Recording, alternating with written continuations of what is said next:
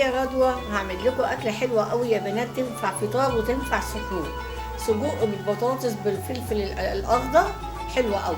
يلا بينا نعملها يا بنات مع بعضينا، وقولوا لي رايكم ايه فيها. يلا باي باي، يلا قولوا لي بقى رايكم فيها ايه.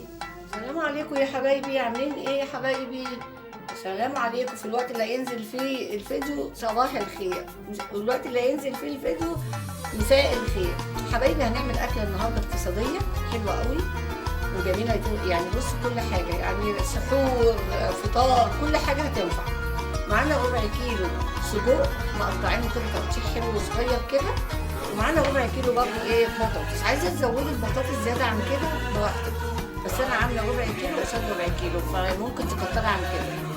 معانا فلفل اخضر اهو، والتوابل بتاعتنا بقى سهله وبسيطه: بابريكا، ملح، كمون، كزبره ناشفه، توم باودر، بصل باودر. بس يا حبايبي كده. تعالوا بقى معانا على البوتاجاز ونقول بسم الله الرحمن الرحيم.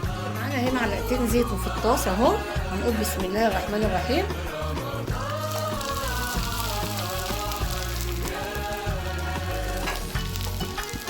اهو بتعملها معانا البطاطس اهو، هنحطها كده عليه اهو.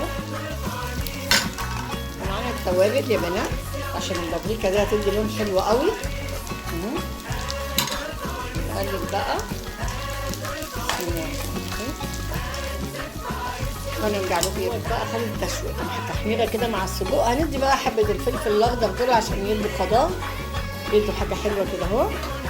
وهنحط ايه حبه كزبره كده وشبت وقدونس اهو تقريبا كده. بس يا بنات كده خلاص كده، وهو ايه كل حاجه جهزت معانا.